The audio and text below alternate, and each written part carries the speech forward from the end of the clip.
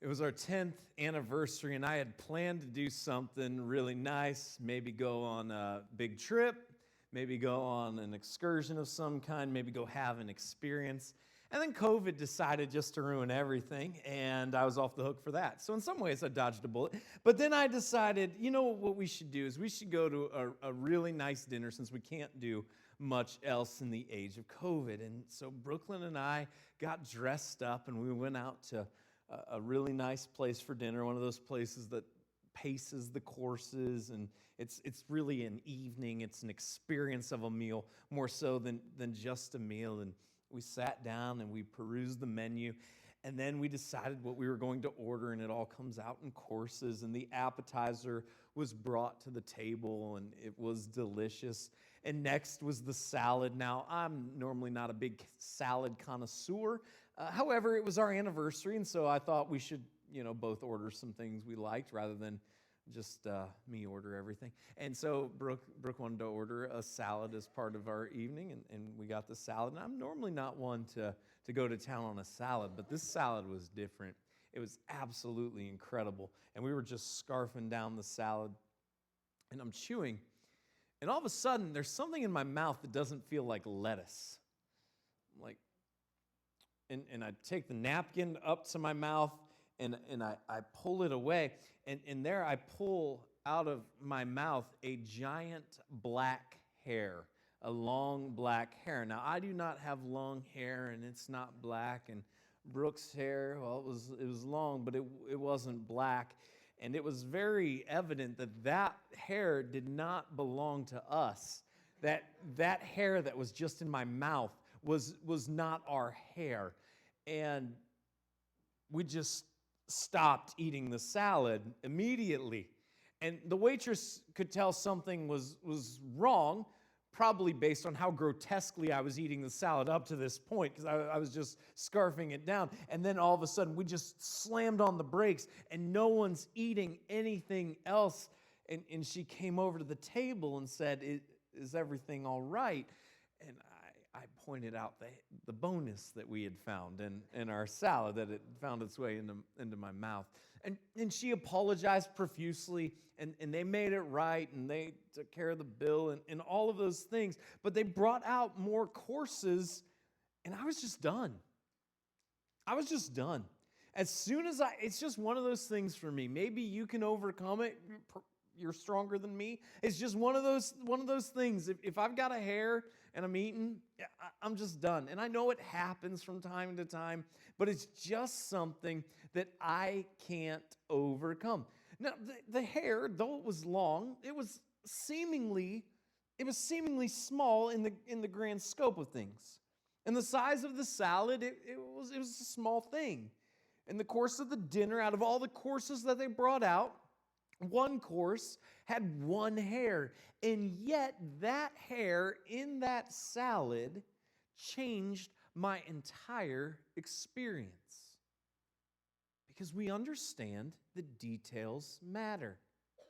Details matter in life. Seemingly small things become much larger in the grand scheme of things. And that's what we're going to talk about today as we discover why details matter in our lives, as we continue our look at the Old Testament book of Ecclesiastes. So if you have your phones or your tablets, I'd invite you to follow along with us in the Bible app. It's a free resource that you can find in whatever app store you utilize. And once it's installed on your device, you can either enable your locations or type in zip code 54201. There, Lakeside Community Church will pop up, and you can follow along with us that way right on your mobile device. If you have a traditional Bible with you this morning, we're going to be in the Old Testament book of Ecclesiastes chapter 10. And if you're joining us via the stream this morning, thanks so much for joining us. The verses will be available on the screen below as we continue our look at Ecclesiastes chapter 10, and we see why the details in our lives and the details of our lives are really significant and they really matter. Ecclesiastes chapter 10, starting verse 1, where we read these words: "Dead flies make the perfumer's ointment give off a stench. So a little folly outweighs wisdom and honor. Let me read that again.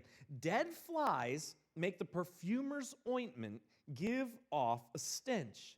So a little folly outweighs wisdom and honor. Now think of how overpowering perfume can be. Think of the last time that you got on an elevator and somebody just thought, I'm going to give myself a couple extra squirts of cologne or perfume today and just bless the world with that. And you're stuck in the elevator with that person. You know how strong that odor is. When I was doing student ministry, I decided I wanted to give the students a vivid example of what it was like when Jesus was anointed from head to toe with the perfume. So I went to CVS and I got the biggest, cheapest bottle of perfume that they had in the store. And we brought it into our student ministry space, and we brought up an unsuspecting student. We made him Jesus, and he sat there. And then we brought up another student, and we busted open that bottle of perfume, and they poured it over his head. And that's the day I found out some people are allergic to perfume. I didn't know that until that time. Now I'm happy to report no one died, and a couple phone calls of apology later, everything was fine. But believe it or not, that's the day I discovered some people are allergic to perfume. And some people were just ready to gag and throw it because it was such a strong scent. So think through how strong perfume is. And this idea of a tiny little fly, the little fly comes and it dies and it ruins that scent. It alters it, it changes it, it marks it. Why? Because little things, little details matter. This is why integrity matters so much in our lives. Because there might be the area where we want to take the shortcut, or there might be the area where we think that's just a little secret. And every other area of my life is operating in the way it should. But I've got this little secret, and I'm just going to compartmentalize it over here. But what we realize and what we recognize eventually is that it doesn't work that way. And we can't compartmentalize, and we can't keep the little secret or the little shortcut over to the side. It infiltrates everything. It infiltrates every area of our lives. Integrity matters. The details of our lives matter. Because what we think is just off to the side doesn't stay off to the side. It infiltrates everything. And the picture that Solomon gives us of this is of this giant thing of perfume that's ruined because of the scent of some dead flies. And you think of how small the body of a fly is, and yet what the odor that body is able to produce.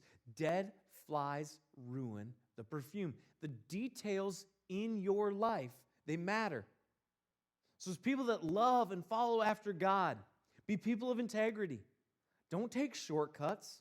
Don't have the little areas of your life that don't align with the life that God has called you to live and just think, well, that's just a little secret. That's just over here, and that's not going to hurt anything else, because that will infiltrate every part of your life. Be people of integrity. The details matter. A wise man's heart inclines him to the right, but a fool's heart to the left. Every Republican right now is just underlining like you cannot believe, all right? A wise man's heart inclines him to the right, but a fool's heart to the left. Even when the fool walks on the road, he lacks sense, and he says to everyone that he is a fool. Here's what we all know about life. Fools are obvious. You know when you've been in the presence of stupidity. You don't need anybody to tell you. You already know it. Stupid declares itself for everyone to see. You don't have to sit back and scratch your head and wonder, was that what? You just know it. It's on full display. Fools are obvious. They're obvious.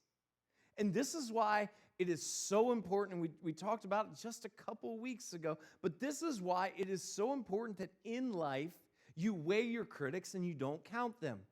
You weigh your critics and you don't count them, because we live in a time where we value equality. We live in a time where we say everybody's equal, but everyone's opinion is not equal. There are people who are wise and there are people who are fools. And fools are obvious to everyone. It is obvious to everyone when they have encountered a fool.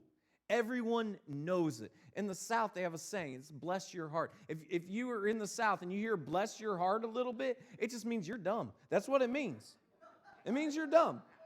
Now, in Wisconsin, we don't necessarily have a saying like that. We just wait till you turn around, then we say it to each other, give each other the look and the nod. I mean, we don't even need to say something some of the times. Because when we see stupidity, when we see fools, it's on display. It's not hard to recognize, and it's not hard to realize. It is obvious to all. But we live in a time that wants to value. So we say, well, everyone has an opinion, and everybody does have an opinion. But everyone's opinion is not equal. And this is why you have to be incredibly wise about who you listen to. Weigh your critics. Don't count them. Because there is more foolishness on display than wisdom. Be wise. Be wise about who you listen to. Be wise about the input that you take to heart. Don't just hear criticism and think, well, it's coming from the masses. Weigh your critics. Don't count them. Because fools are obvious. And they have opinions too. And they will readily share them. If the anger of the ruler rises against you, do not leave your place, for calmness will lay great offenses to rest. Don't be quick to pick a fight, and don't overreact. Don't be quick to pick a fight, and don't overreact. In your marriages, don't be quick to pick a fight, and don't overreact. In your parenting, don't be quick to pick a fight, and don't overreact. In your workplace environment, don't be quick to pick a fight and don't overreact. A gentle answer turns away wrath, but a harsh word stirs up dissension. And we live in a time where everybody wants to win the argument. Everybody wants to win the argument, and they just want to, and we've seen this on all kinds of forms of media, where it doesn't even matter about substance so much as who gets in the last word or who can just be heard more than anybody else. Just remember, a gentle answer turns away wrath, but a harsh word stirs up dissension. And if you want to live a life of wisdom, if you want to live a life where the details matter, don't be quick to pick a fight and don't overreact. Every day you're going to have the choice. And every day, if you want to live a life of wisdom, don't be quick to pick the fight. And don't overreact. Because it might be fun to pick the fight. And it might be fun to overreact in some situations. But that is not the way of wisdom. There is an evil that I have seen under the sun, as it were an error proceeding from the ruler. Folly is set in many high places, and the rich sit in a low place. I have seen slaves on horses and princes walking on the ground like slaves. Solomon's looking over the course of his life. He's looking out. He's looking at society as he sees it. He says, there is something that makes absolutely no sense whatsoever. He says, this is what it is. There are people out here who are acting like a big deal, who aren't a big deal at all.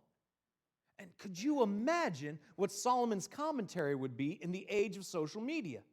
Like, can you imagine what the commentary would be like now, where everybody wants to be an influencer, and everybody wants to tell everybody else how big of a deal they are? We have idolized celebrity and fame in our culture. We have put it on this pedestal. Never mind, we have story after story after story of looking at all those who've been placed on the pedestal of celebrity and fame, and we have seen how their lives have gone. We have seen people who should have every convenience and every benefit at their disposal, but who are some of the most miserable, unsatisfied people that you could ever find. And yet, we still worship this idea of celebrity and importance in our society. And so everybody on social media wants to be an influencer. Everybody wants to be a big deal. And Solomon says, I look out and I see people acting like they're a big deal who've accomplished absolutely nothing in their life. He's like, it makes no sense. And I just want to encourage you that if you love and follow after God, I just want to remind you that you don't live your life for an audience of hundreds or thousands or millions. You live your life for an audience of one. And if you are consumed with being an influencer, if you are consumed with celebrity and fame, and you're constantly worried about having fans and being followed by people, that is the fastest way. That is the fastest way to live a life where you feel frustrated. That is the fastest way to live a life where you never feel like you are enough. And we see it in person after person in our society. So I just want to encourage you, as people that love and follow after God, remind yourself that your life is to be lived for an audience of one. And let the results fall where they may, but don't chase after celebrity. Don't chase after fame. How many stories, how many examples do we need to just prove that it's never going to satisfy and it's never going to fulfill? And it's not new. Social media is just the latest avenue that it's taken. We see it back here in Solomon's time, that he looks out and he sees it in his day and age. Before there was an internet, before everybody had the phone in their pocket. And yet, it's just something about human nature that, once again, social media puts on display for all to see. And so, again, as people that love and follow after God, live your life for an audience of one, and let the results fall where they may. Stop living your life trying to impress people, and just be authentic. Just be who you are. Be who God has made you to be. Quit worrying about trying to be impressive. And instead, spend your time and your energy and your focus on being authentic. And leave the results up to God. He who digs a pit will fall into it, and a serpent will bite him who breaks through a wall. He who quarries stones is hurt by them, and he who splits logs is endangered by them. If the iron is blunt and one does not sharpen the edge, he must use more strength. But wisdom helps one to succeed. Be wise in how you live. Be wise in how you live. If you scheme, you will be caught.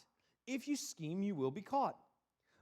I love reading the tales on the internet of the world's dumbest criminals, of the people who thought, I've got a great plan that no one's ever going to figure out. And then you look at the plan and you're like, everybody knew that was not going to go well. And it's comical to read back those accounts after the fact they've happened. But sometimes you have criminals who are actually pretty wise and who devise a scheme that's actually pretty ingenious.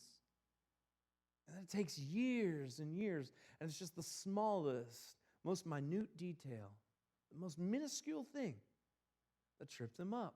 But make no mistake, if you scheme, you will be caught.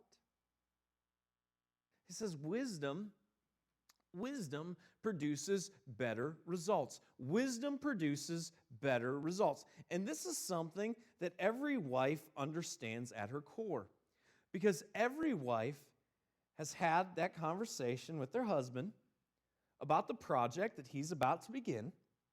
And as they dig in and learn more details, they just know that the scope of this is larger than maybe is seen on the other side. And as they continue to ask questions and discover the way that this project is going to go about being solved, that it's not going to end well. Only to have that conversation and be told at the conclusion of that conversation something along the lines of, it's fine, I got this, don't worry about it. Only to in fact discover at the end it is indeed not fine, it was indeed not handled, and now there is a more expensive project, a broken tool, or maybe even a trip to the hospital in play as a result of the fact that wisdom was not factored in, and there was a better way, there was a better result if only it had been followed. Wisdom produces better results.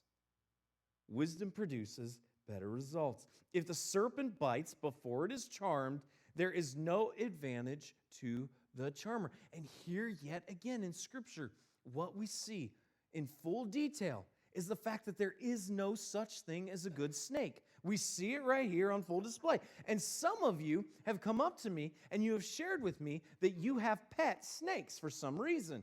And I want you to know, I pray for everyone who's part of Lakeside. But I pray even more for you because there is something wrong with you. I love you still, but I don't, there is nothing ever that we see in Scripture beneficial about the snake. And so I just naturally wonder, why are there serpent charmers to begin with? If you see a snake, kill it. That is the only proper response. And if you're like, it's not poisonous, I don't care. It's still not good. Well, they eat rodents. Mouse traps work just fine. We no longer have a need for them. Let's eradicate the problem of snakes. Let's just get rid of them. Extinct, great. We can tell future generations what we did, and if they would applaud us, all right? I promise you that. They would applaud us. There's no such thing as a good snake. The point is this. Not only is the fact that there's no such thing as a good snake, but be careful about who you surround yourself with. Be careful about who you surround yourself with. Be careful about who you're willing to go into business with. Be careful about who your close friends are. I just want to pause here, and I just want to encourage, especially those of you who are dating right now, don't date someone to fix someone. Don't date someone to fix someone. And I know your intentions are great, and I know that you love the other person, but I promise you this, you're not going to fix them. You can't fix yourself. You're not going to fix somebody else. And I've seen what happens, and I've had the counseling times, and I've had the conversations, and I know your intentions are well, and I know that you love the other person, but don't date someone to fix someone. That is a path to heartache. That is a path to headache. It is a path to make your life incredibly difficult. Don't date someone to fix someone. Be incredibly careful about who you surround yourself with. Be incredibly careful about who you love. Be wise about the people that you place in your circle of influence. Be wise about the people that you invite into your life. The words of a wise man's mouth win him favor, but the lips of a fool consume him. The beginning of the words of his mouth is foolishness, and the end of his talk is evil madness. A fool multiplies words, though no man knows what is to be, and who can tell him what will be after him? The reality is this: wisdom is also easily identifiable. In the same way that foolishness and stupidity is on full display for everyone to see, wisdom is also on full display for everyone to see. And when you have an encounter with someone who's wise, you don't need somebody else to tell you that. You already know. It's already abundantly clear that wisdom is easily identifiable. And I just want to encourage you that, especially in this time and age where we have all the information available at our fingertips, and there's kind of this expectation that we have to constantly be able to give an answer for any question that's asked, I just want to encourage you to just be honest, be upfront, and admit what you don't know. It's okay to not know things. Admit what you don't know, because you may be able to fake it for a little bit, but eventually it's going to be discovered. And there is nothing worse than someone who doesn't know something going through the motions, acting like they know. There is no shame in just saying, I don't know that. And if you are, that's a sign of humility. And if you're willing to be humble and admit what you don't know, what I have found is if you go find somebody who knows what you don't know, and you are honest about that fact, and you approach somebody who is wise in the areas that your wisdom is lacking, who has knowledge in things that you don't know, and you approach that person and you ask them questions, they are more than happy to sit down and explain the answers to your questions. Now, don't just go up to them and say, hey, tell me things. Like, give them some direction. If they're an expert, they're busy. So ask them a couple specific questions, and then once they give you answers, actually follow through on those answers. Go and do what they say to do. If something doesn't work, follow up and ask them a follow-up question. Hey, I tried this and it didn't work. Do you know why? Or explain to them a new question that you have as a result of fault. And I have found that people are incredibly willing, incredibly generous with their time, and willing to share their expertise and their experience much more than for somebody who acts like they know everything and then finds themselves in a mess, all because they lack the humility initially to just say, I don't know. None of us are going to know everything. Just because we have all the information at our fingertips does not mean we're going to have all the experience and all the expertise in every area that we need.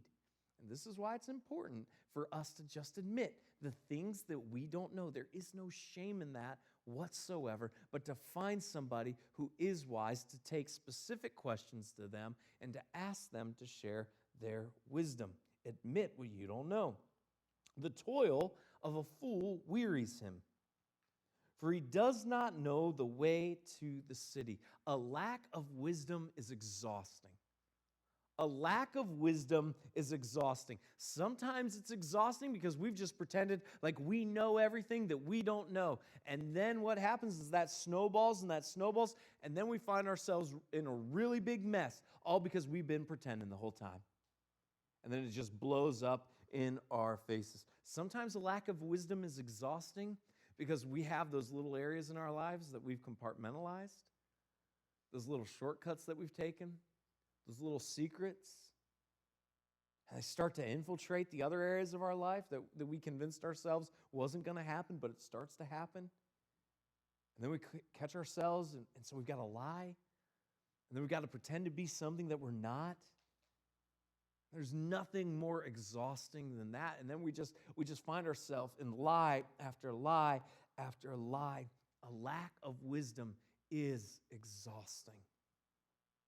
Woe to you, O land, when your king is a child and your princes feast in the morning.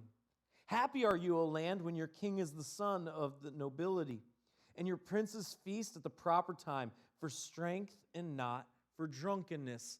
Leadership matters. Leadership matters. Everything rises and falls on leadership. If you are in a position of leadership right now, you have to be wise. You have to live your life as a person of integrity. Don't take the shortcuts. Don't have those little areas of secrecy in your life. Weigh your critics. Don't just count them. Recognize that everyone has opinions. Really wise people have opinions. Listen to those. Really foolish people have opinions. Disregard those. They will not be helpful in the end.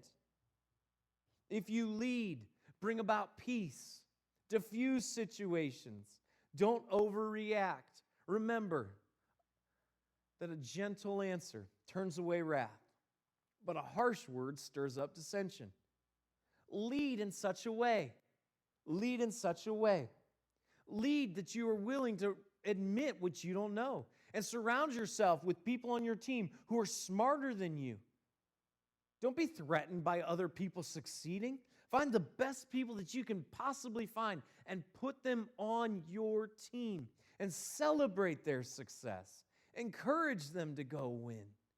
Leadership matters. If you're not in a leadership position right now, make sure you spend your life surrounded by good leaders. Make sure you're following somebody that you should follow.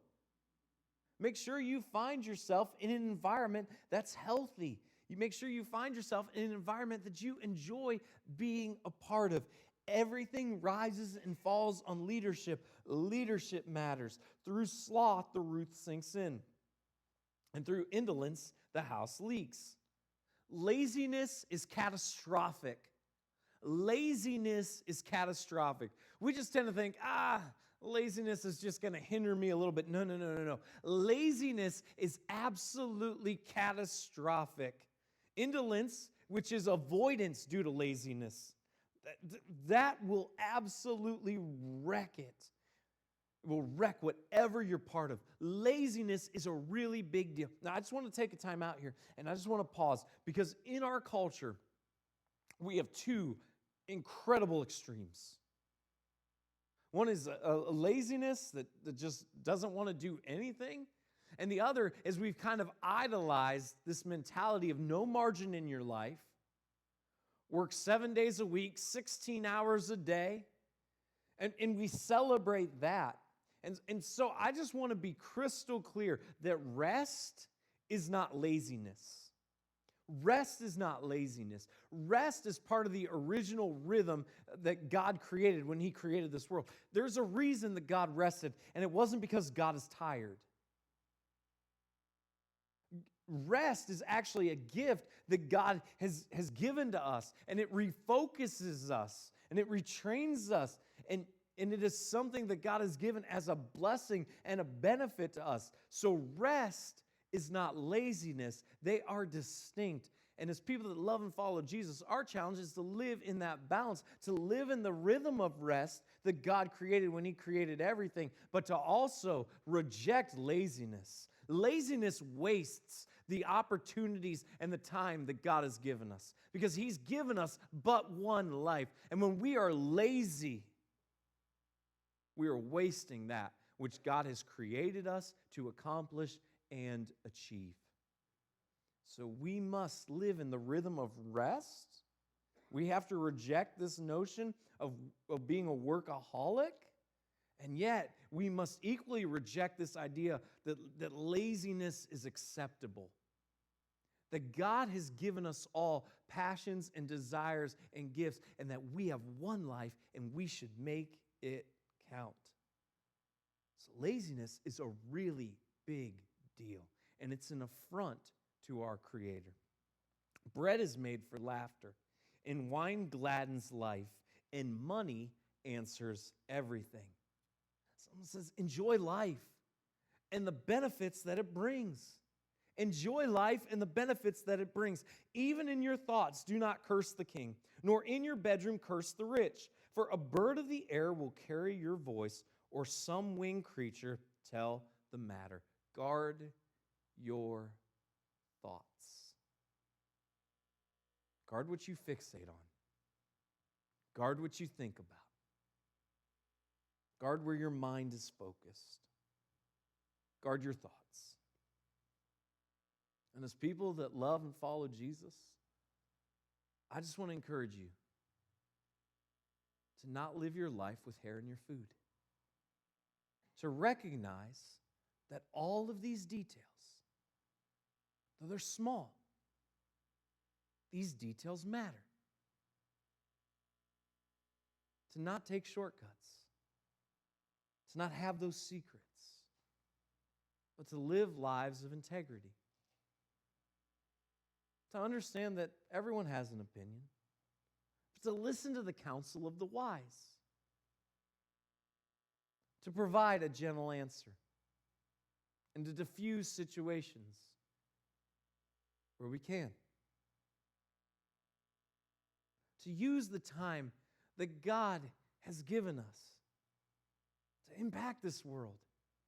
To not waste our lives, but instead to live them, and to live them in wisdom. Because the details of our lives, they matter.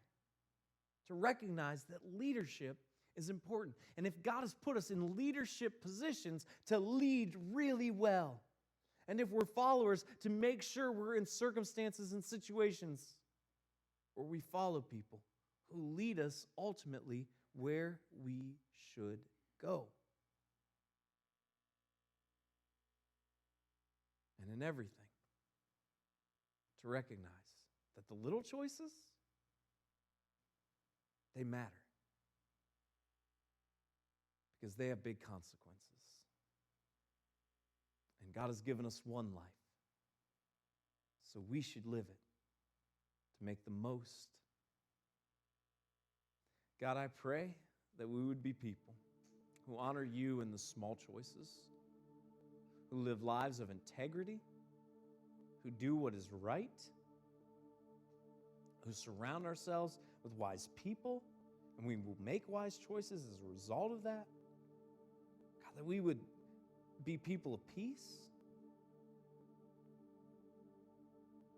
I pray, God, that we would use each and every day that you've given to us, and we would see it for the gift that it is.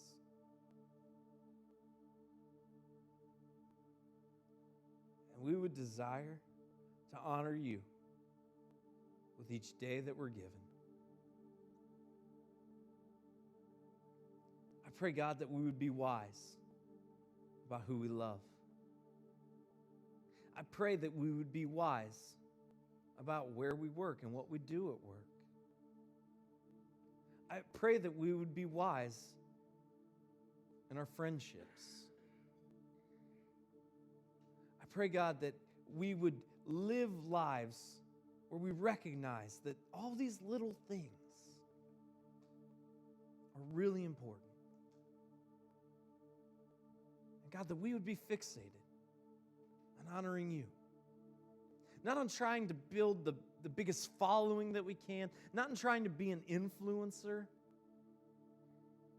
but in being faithful to the opportunities that you've given us and the work that you've called us to do.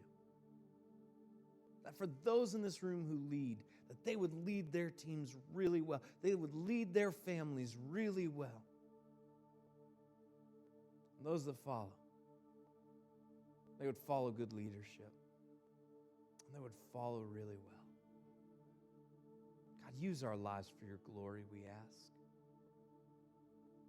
And I pray that we would never lose sight of the little choices that we make each and every day. Help us honor you in the big things, God, but also in those small choices. That you would be glorified through our lives, Jesus. In your name we pray.